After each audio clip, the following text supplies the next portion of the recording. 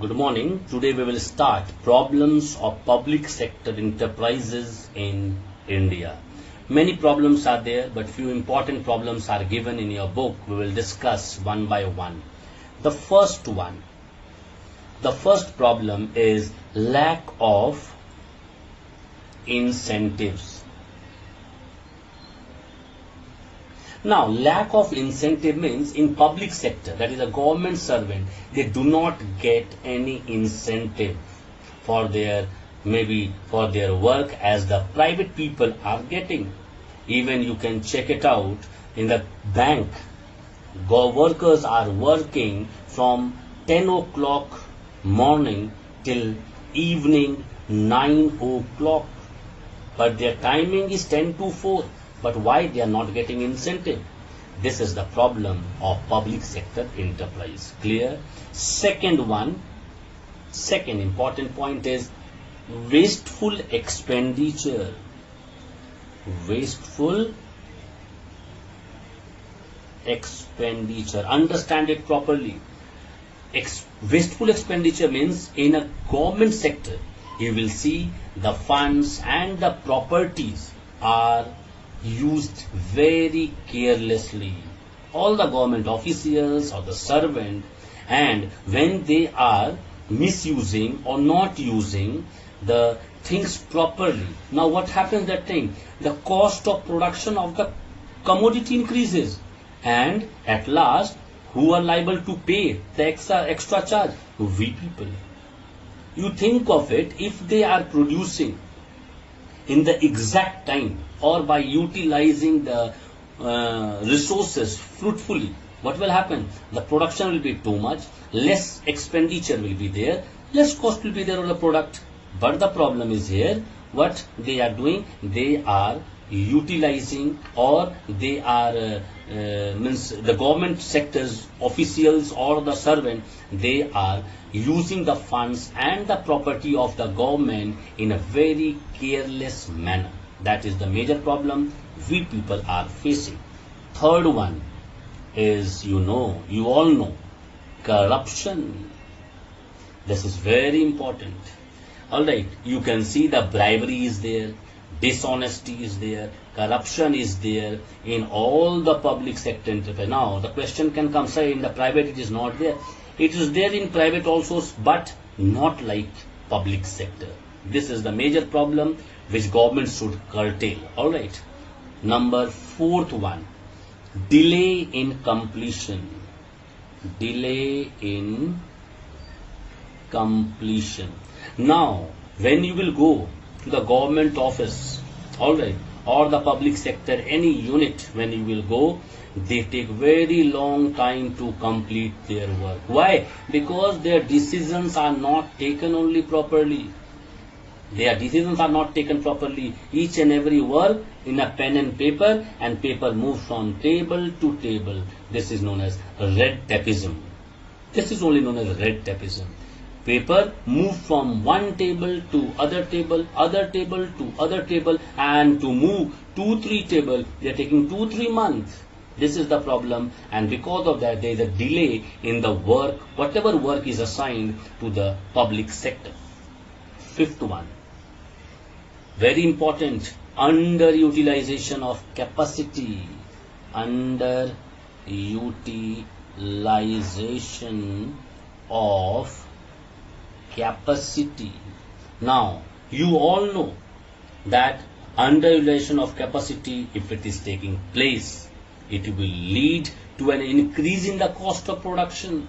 Now, I'm giving one example. I can give my 8 hours in an industry, and I can make maybe 7 finished product or 8 finished product in 8 hours. But I am not giving my full capacity, or I am not putting my full effort. Now what will happen? See, in place of 8 finished product, I will be giving only 4. Now you think of it, 8 product if I am giving every month, every day, what will happen? That the cost of production will go down, Otherwise, what will happen? The cost of production when I'm giving of 4 product, what will happen? It will be double. If in the production of 8 product or 8 finished goods, it is taking maybe 800, and now one product cost 100 rupees. Now when I am giving 4, then one product is costing 200 rupees. This is the underutilization of capacity, because people are there who can give effort and who can work very nicely, and they can take our country in some different genre. But the problem is here that we are not utilizing our capacity fully. Clear? Next point, number 5th, technical problem. This to you all know. Technical problem. Now, technical problems, you all are aware that in our country, technical consideration have not been given due weightage. Why? Because people are there, they are not aware with the high-tech machines. I told you once when I was making the video of previous classes, I made one video and I shared in that remember, in our country, when country like China and all those, when they are utilizing the full capacity of the machine, that time after painting it, after coloring it, they are sending it to India like country. Why? Because we are not aware, we are not technically sound, and because of that we face problem, and this leads to a capital investment, excessive capital investment take place, and the result, you are not getting a good benefit of that particular machine which you have purchased, because we are not technically so sound, and because of this we are facing hell lot of problem in technical field. Clear? Next is number 6. Number 6 is political interference. Political interference. Now, see, we all know that there is general tendency of ministers, bureaucrats to interfere in the free working of the enterprise. Alright, enterprise is working so nicely, as maybe suppose 100 people are required, 100 people are also working, but the minister phone will come, the bureaucrat phone can come, and they can tell you, alright, I am sending one person, to please hire that person, keep that person in your office or in your industry. Now you only tell me how it is possible here, how it is possible when the capacity of keeping people is only 100 and the bureaucrats or the ministers, they are forcing you to keep one more, 101. Now one labor or one worker which I am keeping more, I have to pay also. And when I will pay maybe 30,000, 40,000, whatever, that amount, from where it will come? It will come from the public. How? Because public will purchase the commodity of that particular industry, and that industry which is making and paying 40,000 extra will be added in that one. The government should understand why political interference is there. Not only in this one, even you will see in the public enterprise, there is a frequent transfer of the government employee. In 10 years, I am giving my own example. In my family, my brother, my younger brother, my own sibling, he is working in a bank from last 10 years. In last 10 years, he got 7 transfer, and not nearby transfer, far off transfer. Now what happens when you are transferring government employee from one place to another? That puts a hurdle to in whom? In a daily administration of the enterprise, because every time new people again will have to teach, again they will have to explain. That person will come to know of all the workers, of all the place people staying nearby. So this is a problem. Government should understand why we are interfering. But as I told you, we have no option. Government will have to curtail this transfer, because when you transfer, there is a cost also included. How cost is included? Because people who will be transferred from one place to another, you will have to pay his to and fro charges. He will be taking his goods via vehicles. You will have to pay the cost. Government will have to pay the cost because you transferred. He is not taking transfer. So these are the problems or you can see the overburden of the public also, as well as for the government also. They should stop all this political interference. Now the seventh one, very important, price policy. Price policy. Now public sector undertakings, that is PSUs in India, mainly fails. You know why? Because of their wrong price policy.